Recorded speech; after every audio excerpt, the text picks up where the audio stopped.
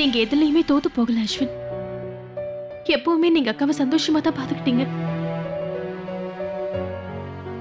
ஆனா வாழ்க்கையில சில விஷயங்கள் எதிர்பார்க்காம நடந்துரும். அதையெல்லாம் மாத்தணும்னு நாம நினைச்சாலும் நம்மளால அதை மாத்த முடியாம போயிடும். இதுதான் விதின்னு சொல்லுவாங்க. உங்களுக்காகவும் எனக்காகவும் இந்த விதி மாற போறது இல்ல.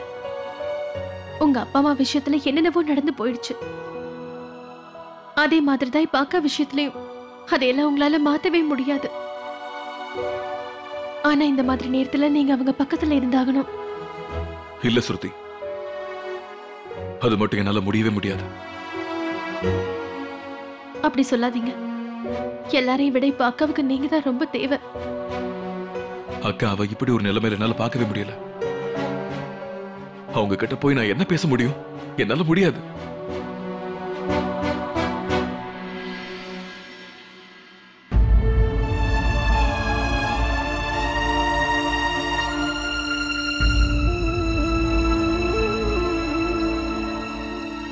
நான் உங்களுக்கு ப்ராமிஸ் பண்றேன் அஸ்வின்.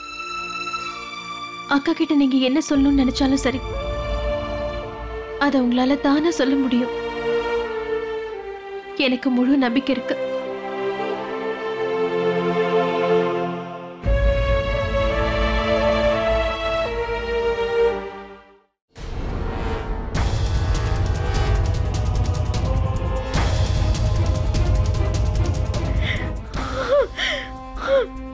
ராணியம்மா, கொஞ்ச நேரம் நீ படுத்துக்க.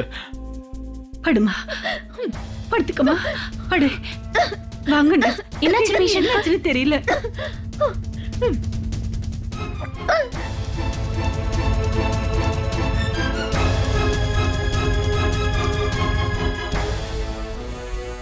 பாட்டிமா, நான் போய் டாக்டரை பார்த்து பேசிட்டு வரேன். ஒண்ணு உனக்கு எதுவும் ஆகாது, தைரியமா இரு.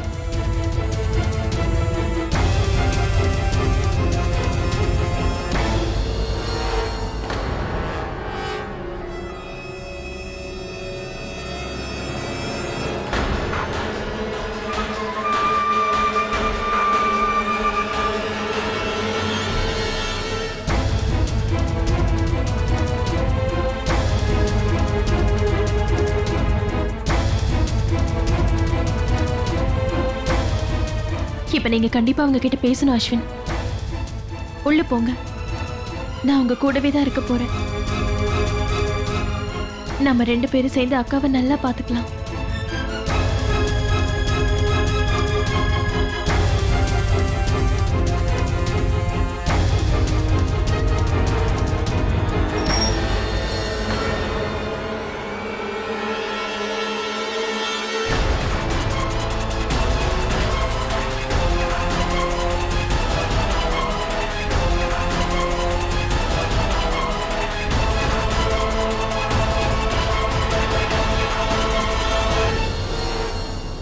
நீ எதுக்காக இங்க வந்த? வேண்டாம் அஸ்வின், தயவு செஞ்சு அமைதியா இருங்க.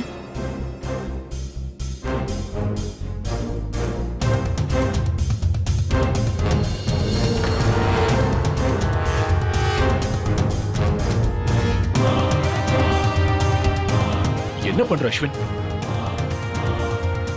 தயவு செஞ்சு என்ன மன்னிச்சிரு அஸ்வின்.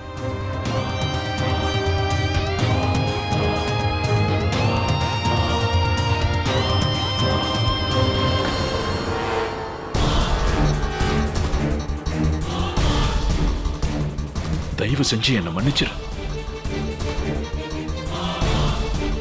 இப்ப நான் இங்க எதுக்காக வந்தேன்னு தெரியுமா? இத பத்தி எல்லாம் நான் கேள்விப்பட்டப்போ என்ன பண்றதுன்னே புரியல. இங்க வர்றதுக்கு உனக்கு அனுமதி கொடுத்தது யாரு? எவ்வளவு தைரியம் இருந்தா என் அக்காவை பார்க்க வந்திருப்ப. எப்படி வந்தது உனக்கு இந்த தைரியம்?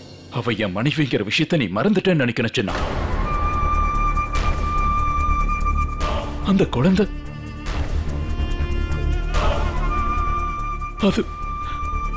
அது ஏன் குழந்தை? மறந்துட்டியா? என் ராஜுக்கும்